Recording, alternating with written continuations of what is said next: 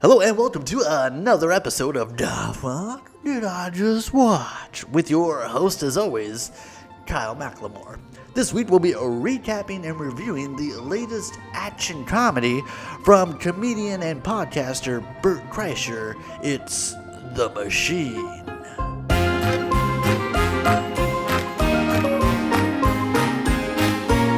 And before we get too far along in the review, make sure you slap that like and subscribe button, as it's much appreciated and it keeps us alive here at The Fuck. And if you haven't seen The Machine and would still like to, make sure you pause now and return later, as there may be several spoilers up ahead. That's right, this is your official spoiler alert. The Machine is the blending of reality and fiction from the mind of Bert Kreischer, famous comedian slash podcast host. If you're not familiar with Bert the Machine Kreischer, he is a notorious party dude. He was the inspiration for the original Van Wilder movie that is based on his life. He was Van Wilder. He is now a very successful stand-up comedian and podcast host who pretty much jump-started his career with this incredibly entertaining story of him traveling to Russia as a young man in college, linking up with the Russian mob and then robbing a passenger train.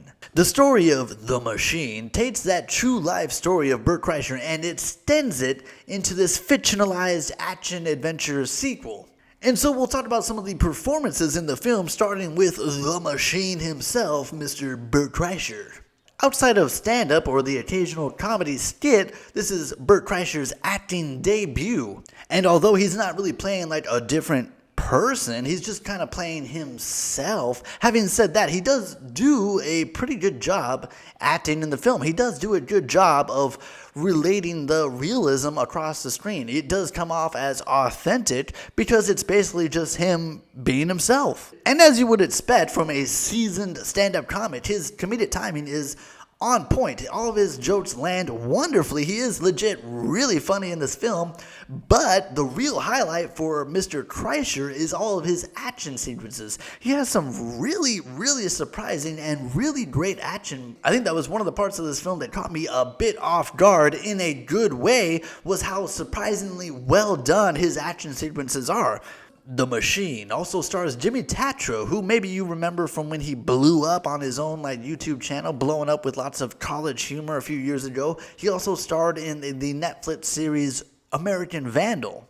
The Machine also debuts Iva Babic, who up until now has only been doing European movies. This is her first introduction to American audiences. Not only does she bring a ton of energy to this film, she is legit really funny, and she is legit really badass. Because not only is she being verbally intimidating, but then she backs it up by being physically intimidating as well. She is great. She is mob daughter perfectly. And she's also not afraid to get physical at all. She's also doing these Black Widow flips and jujitsu things, tossing guys left and right. Iva Babic was a great addition to this film. Because not only is she our driving force, the one that's pushing us along the entire film, but then she herself also evolves and kind of changes as the film goes on. So not only is she our great intimidating badass, but then she changes and she gets to be funny too. And so by the end of it, she has evolved and just elevated even more. It was really great watching her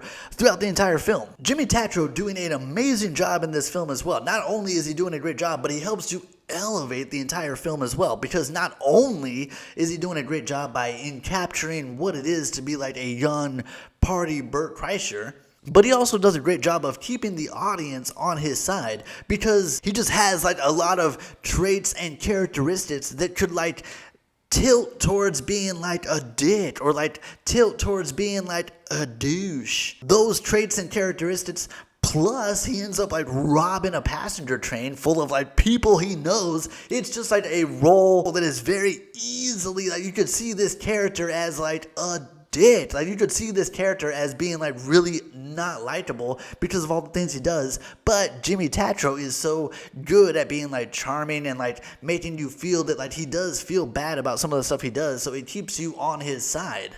The film also has the great Mark Hamill, aka Luke Skywalker himself, playing the father to Bert Kreischer.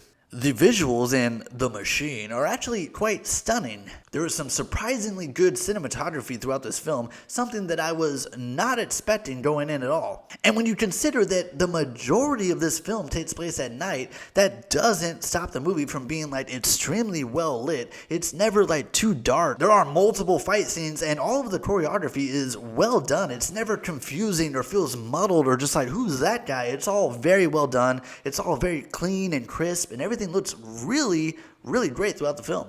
As for the comedy aspect of the film, it is okay. I feel like it really depends on how much you like Bert Kreischer. Because as you would imagine with a movie that's based on Bert Kreischer, it's going to have a lot of Bert Kreischer kind of humor. It's very raunchy, it's very like dad humor, it's very like alcoholic humor, it's very like party dude humor. I mean, going in, yes, I had like a certain expectation for like fat jokes. Like, yes, I knew that there was like a threshold for fat jokes. But I was so unprepared for the amount, dude. Like, for the amount of just hammering the same joke almost every 5 seconds, dude. Everybody, even like random civilians, have to like cut into the movie and just like, hey, man boobs. And it's like, all right, has it been more than 10 seconds? Mention the man boobs. And so let's hit The Machine with our overall rating. Overall, although The Machine maybe doesn't slam every punchline, maybe doesn't knock every single joke out of the park, but what it does hit most of them right down the line and through the first baseman's legs. Like, most of them are going through. And this movie has legit action, like legit, really well choreographed action sequences that are like on par with the latest John Wick. Like, this is like really good action. Like, there were scenes where I'm like, kind of had to like take a step back and be like, whoa, like, you guys know what you're doing. Like, this is pretty good. And although maybe The Machine himself isn't the greatest, right? Like, he's not Daniel Day-Lewis over here, but what he does bring is like way more than acceptable. What he does bring is like his authentic self. Like, he lets himself bleed through straight to the screen. And the film itself has this overall feeling or just vibe of just like, you can tell that he's putting everything into this movie. You can tell that this is like a real like passion project for him. You can tell when somebody is like putting their all into something. And when you consider the bonus challenge of like having this film so predominantly themed in like Russia, like this film is dripping in Russia. And when you consider all the wild stuff that's going on right now with Russia, for them to have a film that's so Russian and yet to stay relatively politics free is almost an accomplishment on its own. But taking away just the comedic aspect of the film, if we focus on just the action, it is a good movie. It is a good action film. There are great action sequences all throughout. But the real MVPs of The Machine are Jimmy Tatro and Iva Babic, because they really come in clutch. They come in right at the most needed time, right when the movie starts to lull or dip. Either it'll flash back to Jimmy Tatro and just revitalize with energy, or we get the present day Iva Babic, who is just a lightning bolt of just like badass energy. Not to mention the visuals and cinematography all throughout the film are really surprisingly stunning, specifically on something as simple as subtitles. Subtitles can be something so lame, so boring, something that you don't even think about when it's just like, you know, letters on a screen.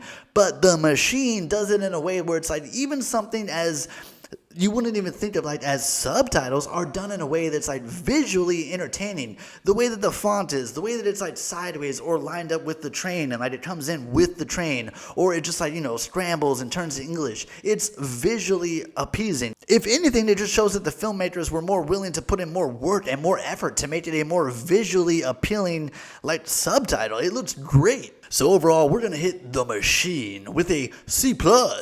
As a whole, it is like pretty funny. It really depends on you. Are you a huge Bert Kreischer fan? Then you'll probably be rip-roaring, laughing, and tearing your shirt off halfway through the movie. Do you not like Bert Kreischer? Maybe this isn't the film for you. I mean, like, if you know him, if you know his humor, you know what you're going into. If you felt differently about The Machine, make sure you comment down below, and if you haven't already, hit that like and subscribe button, as it's much appreciated. I am your host as always, Kyle McLemore, and we'll see you next time at the movies.